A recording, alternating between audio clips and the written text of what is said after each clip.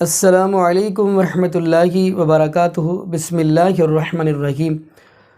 ناظرین، آج جو ویڈیو ہے یہ بڑی ہی اہم ہے اور اس مسئلے کا بہت ہی لوگ کم علم رکھتے ہیں۔ تو ناظرین، اگر دیکھا جائے کہ آپ مساجد کے اندر مسلک کے اہل حدیث کی مساجد کے اندر ہی مغرب سے پہلے نفل پڑھے جاتے ہیں، تو ناظرین آئیے کہ ہم دیکھتے ہیں کہ یہ نبی پاک صلی اللہ علیہ وسلم نے بھی حکم دیا ہے کہ مغرب سے پہلے یعنی مغرب کی جماعت کھڑی ہونے سے پہلے دو نفل یعنی کچھ لوگ سنتے ہیں کہتے ہیں کہ پڑھنی چاہیے۔ تو اسی حوالہ سے ہم آپ کو مفتی طارق مسعود حافظہ اللہ تعالیٰ کی بھی ویڈیو دکھاتے ہیں، اور پھر انشاءاللہ اسی حوالہ سے ہم ناظرین آپ کو مفتی عبدالرحمن عابد حافظہ اللہ تعالیٰ کی ویڈیو دکھائیں گے۔ تو پھر انشاءاللہ اسی حوالہ سے ناظرین ہم بھی گفتگو کریں گے۔ تو آئیے ناظرین مل کے ویڈیو دیکھتے ہیں۔ صلی اللہ علیہ وسلم نے فرمایا مغرب سے پہلے 2 رکعتیں پڑھو، مغرب سے پہلے 2 رکعتیں پڑھو، اور پھر تیسری دفعہ فرمایا وہ شخص جو چاہے کراہیت ان یتخذ الناس سنتاً، اس بات کو ناپسند کرتے ہوئے کہ لوگ اس کو سنت نہ بنا لیں۔ متفق علیہ حدیث ہے۔ اس بیس پر امام شافعی، امام احمد بن حنبل کا مذہب یہ ہے کہ مغرب سے پہلے بھی 2 رکعتیں پڑھی جائے گی۔ احناف کے ہاں آپ کو پتہ ہے خلفائے راشدین کے عمل کی بہت زیادہ ویلیو ہے۔ خلفائے راشدین مغرب سے پہلے 2 سنتوں کے قائل نہیں تھے، ان کے ہاں تعجیل مغرب کا حکم تھا۔ تو احناف کے یہاں یہ حدیثیں منسوخ ہیں، اور بعض حنفیہ نے اس کا یہ بھی جواب دیا ہے کہ یہ اس زمانے پر محمول ہیں کہ ابتداً نبی صلی اللہ علیہ وسلم نے ان کو حکم دیا تھا تاکہ یہ پتہ چل جائے کہ جو مکروہ وقت ہے نا نماز کا وہ ختم ہو چکا ہے غروب آفتاب کے بعد۔ پھر جب تعجیل مغرب کا بہت زیادہ حکم دیا گیا تو پھر صحابہ کرام نے یہ نماز ترک کر دی، جیسے کہ خلفائے راشدین سے ثابت ہے۔ تو اس طرح تمام احادیث میں تطبیق ہو جاتی ہے۔ بہرحال جائز آج بھی پڑھنا ہے، کوئی ناجائز نہیں ہے۔ ایسا نہیں ہے کہ حناف نے ان احادیث کو یہ کہا ہو کہ یہ گویا ایسی منسوخ ہوئی ہیں کہ عمل ہی ایسا نہیں ہے، بلکہ جو اس میں صحیح قول ہے، جو دلیل کے لحاظ سے مضبوط قول ہے، وہ یہ ہے کہ امام کو چاہیے کہ سورج غروب ہوتے ہی جلد سے جلد نماز پڑھائے۔ تو امام کی تاخیر کی وجہ سے اگر کسی کو وقت مل جاتا ہے تو پڑھنا وہ بہرحال افضل ہے، کیونکہ تاخیر تو ہو گئی نا۔ جیسے رمضان میں تاخیر ہوتی ہے امام کو افطاری کی وجہ سے یا کسی اور وجہ سے، جیسے ہم اپنی مسجد میں 2 منٹ کا ٹائم دیتے ہیں کیونکہ اذان کے فوراً بعد اگر جماعت کھڑی ہو جائے بہت سے لوگوں کی جماعت نکل جاتی ہے، کبھی اذان مختصر ہو رہی ہے کبھی لمبی ہو رہی ہے، تو کسی بیس پر اگر 2-4 منٹ کا وقفہ دیا جا رہا ہے تو پھر اس دوران پڑھ لینا چاہیے ان حدیث کے پیش نظر، سمجھتے ہو؟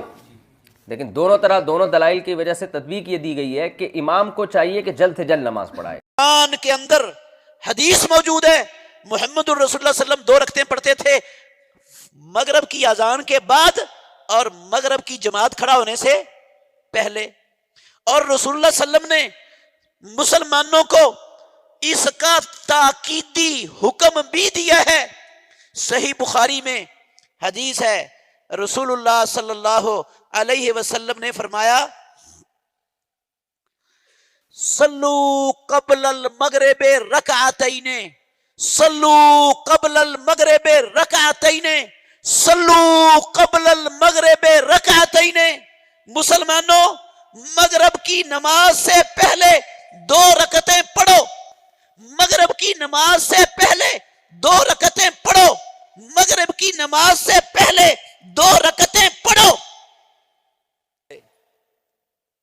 اگر یہ لفظ لمن شاء والے محمد الرسول اللہ صلی اللہ علیہ وسلم نہ بولتے تو یہ 2 رکعتیں ضروری ہو جانی تھی، فرض ہو جانی تھی۔ صحیح بخاری کے اندر لفظ ہے، یہ عبداللہ بن مغفل الموزنی رضی اللہ عنہ اس کے راوی ہیں، کہتے ہیں کراہیتا، آپ نے لمن شاء کا لفظ اس لیے بولا کراہیتا ان یتخذ الناس سنتاً، اس بات کو ناپسند کرتے ہوئے کہ کہیں لوگ ان رکعتوں کو فرض ہی نہ سمجھ لیں، لوگ ان کو فرض ہی نہ سمجھ لیں، اس لیے آپ نے کیا لفظ بول دیے ساتھ، لمن شاء کے۔